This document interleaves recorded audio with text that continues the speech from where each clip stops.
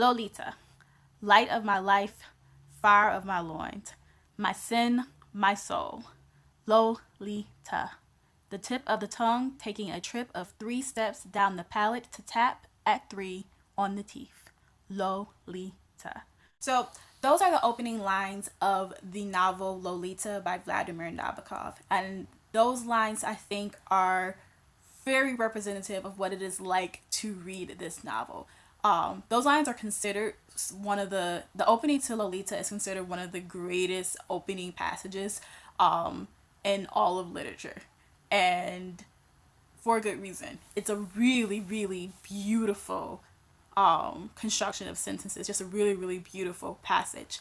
However, when you remember that Lolita is a 12-year-old girl and our narrator, the person who is saying these lines, is a middle-aged man, it kind of changes the way you interpret the lines. You basically have this really beautiful description of love and lust in this very repulsive situation. And that's really what it's like to read this novel. There's all these really great moments, these of beauty that is hiding this horrible tragedy that has happened to these characters. And it's just a really interesting experience as a reader. I don't think, again, like I said before, I've never had an experience similar to that. I definitely understand that Lolita is the type of novel that some people just really won't be able to deal with. While there is never any explicit scenes of sexual contact between Lolita and our narrator Humphrey Humphrey, it still just would be, some people won't even be able to stomach hearing him talk about this character and his feelings for them. Like, you just won't be able to stomach it, and I definitely can understand that. But I do think that there are some misconceptions about Lolita, or at least there were some misconceptions that I had about the novel before I read it that might be keeping people from trying it out. So I kind of wanted to talk about some of those things, and also just talk about what I think a person could gain from reading this novel.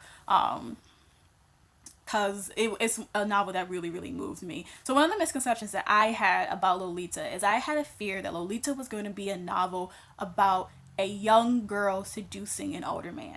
That is what I thought that Lolita was going to be about, because so much of the imagery that we see associated with this novel focuses on Lolita. Like, the Lolita character type has become a big part of pop culture, and it's usually focused on the girl and what she looks like and the way in which we can essentially sort of sexualize young girls. And so I was afraid that that's what this novel was going to be. It was going to be this sort of apologetic tone where it's going to be this guy who was this helpless, hapless man who just kind of got drawn into the siren song of this like young vixen in this young person's body. And that's not what the novel is. It isn't at all. The novel is upfront from the very beginning about the fact that Humphrey Humphrey is a predator. He's very straightforward about that. He lets you know from the beginning, I am a person who has an unnatural attraction to younger girls, to prepubescent girls, and he lets you know that. And I have, in ways, and he lets you know that I have acted on these impulses and have in ways tried to entrap young girls. Like, it's very clear that he is the person in control in these situations. There's no agency necessarily being given to these young girls. And as we watch him sort of progress through his relationships and stuff, through his contact with Lolita, he again stays very upfront about that. He is the predator. He is manipulating. He is tricking and blackmailing and abusing this girl. And he is pretty upfront about that. He never pretends that he is necessary. He never tries to pretend that he's doing something good for her. He never tries to pretend that, this relationship is in any way, shape, or form mutual. And I appreciated that. I think that that is important to know, because I feel like that was my biggest fear before I went into the novel, that I was going to read this novel with this character who was going to be sort of trying to apologize for pedophiles. And that's not what Lolita is.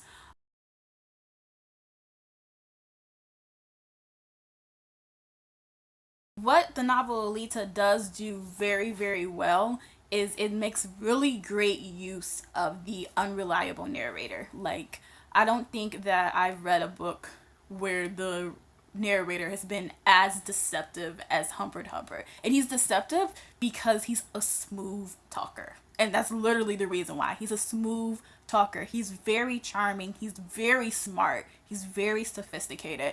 And so when you hear him speak, and the language that he uses and how he talks, you kind of get drawn into him. I can imagine him being like a professor of mine at like when I was getting my like master's degree, and being someone who I would have liked and looked up to. Like, I can totally imagine that. And so sort of seeing that character and also being able to see this horrible dark side of him is very, very it's just a disturbing and sort of just, but really it's a disturbing and also very kind of eye-opening experience, because it does a very good job of reminding us of the fact that we don't really know who the monsters are in our world, right? You feel like there's a part of us that want to believe that we can sniff the monsters out. We can figure out the people who would harm us or harm our children or harm people that we love, that we could just figure out who those people are. And this book does a really good job of making sure you know that no, you can't. You really can't do that. And I think that that is genius. I think that Nabokov's ability to write his narrator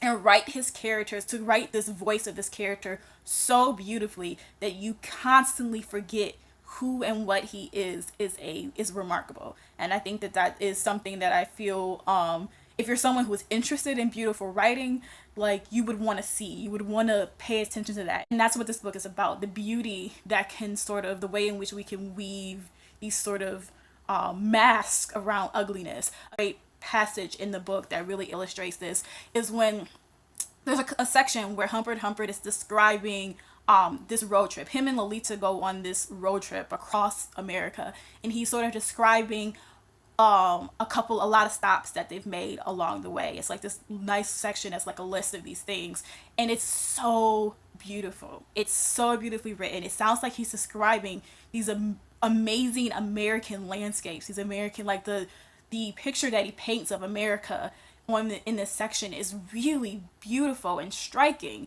And then, however, when I read it, when you really look at it and you read deeply into it, well, not even that deeply, as you read it, you realize that the places that he's describing are like backwoods motels and like those little sideshow shops that in like those crazy sideshow attractions that you see people avoiding on the on road trip movies, right? Like those weird oddities and attractions that we see on the sides of roads. Like, he's not describing like the Grand Canyon or any of these like really beautiful things that we normally associate with America or with the American landscape. He's describing like trashy motels.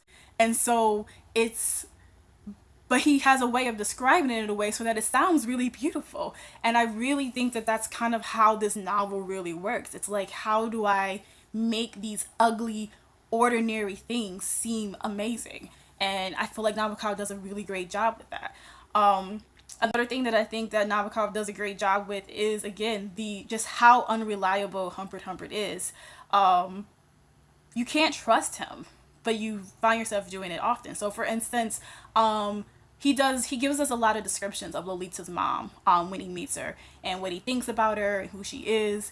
And I found myself, the way he sees her as this kind of trashy woman a little bit, this woman who wants to believe that she is richer and more sophisticated than she really is. So she's this woman who puts on airs and pretends to know things that she doesn't know. And she's also a very spiteful woman.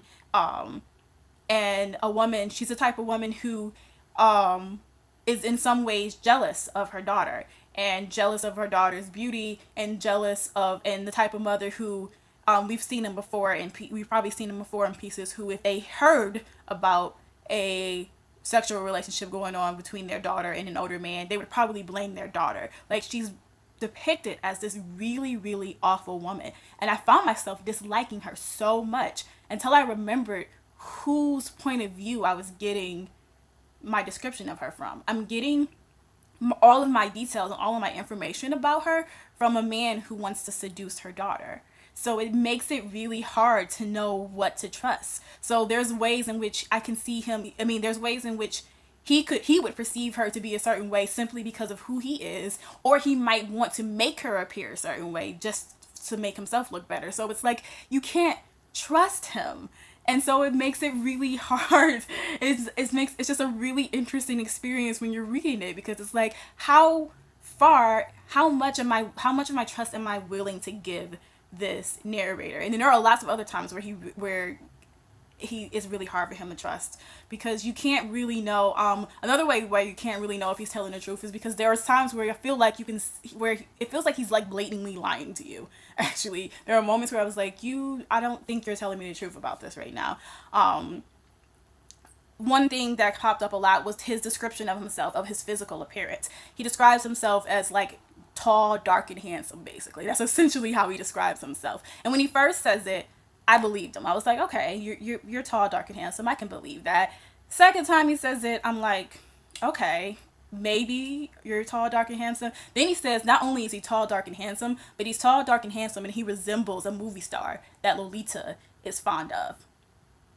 And now I'm like slowly starting to become skeptical of him, because it's all starting to sound really convenient. And also, if you have to say that you're tall, dark, and handsome over and over and over again, it's probably a sign that you may not be that. Like you might. So now I'm starting to think that he's lying to me about his appearance. And when you get to the part that explains why he's in jail, because he's not in jail for his relationship with, for his molestation and his abuse of Lolita. He's in jail for another reason. And when you get to the reason for why he's in jail, it's so absurd. Like the whole situation it's written so beautifully and so comically and so absurd that you're like, there is just no way that is true. And so it makes you wonder whether or not any of it is true. Like it almost makes you wonder, like, is this story that he's telling me about this young girl really something that happened, or is it something that he wished had happened?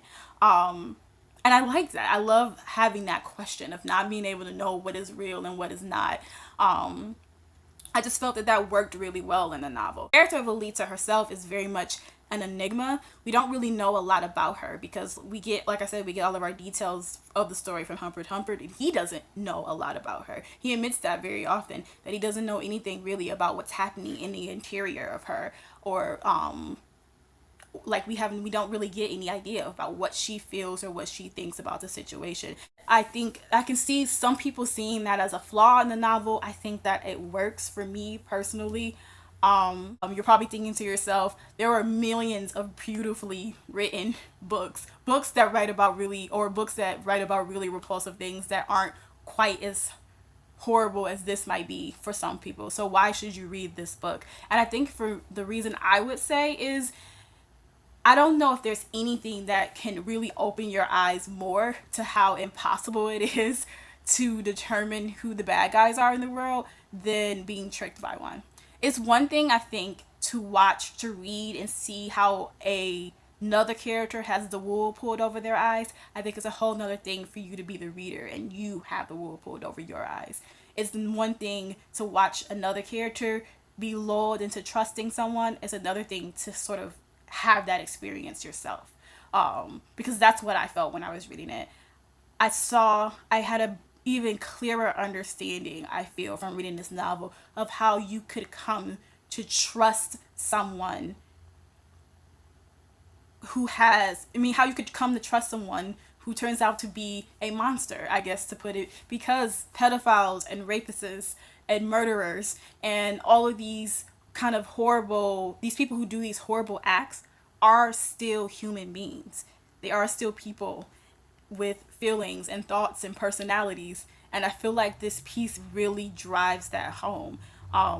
Because I cannot deny regardless of whether or not the story is true or false, I cannot deny the humanity of this piece. I cannot deny the way in which the lust and obsession that Humphrey feels for Lolita can be mirrored in the lust and obsession that other people feel for other human beings. Like, I can't deny that. And so I feel like that is the reason why you should read this novel, if you're wondering like what you could gain from that.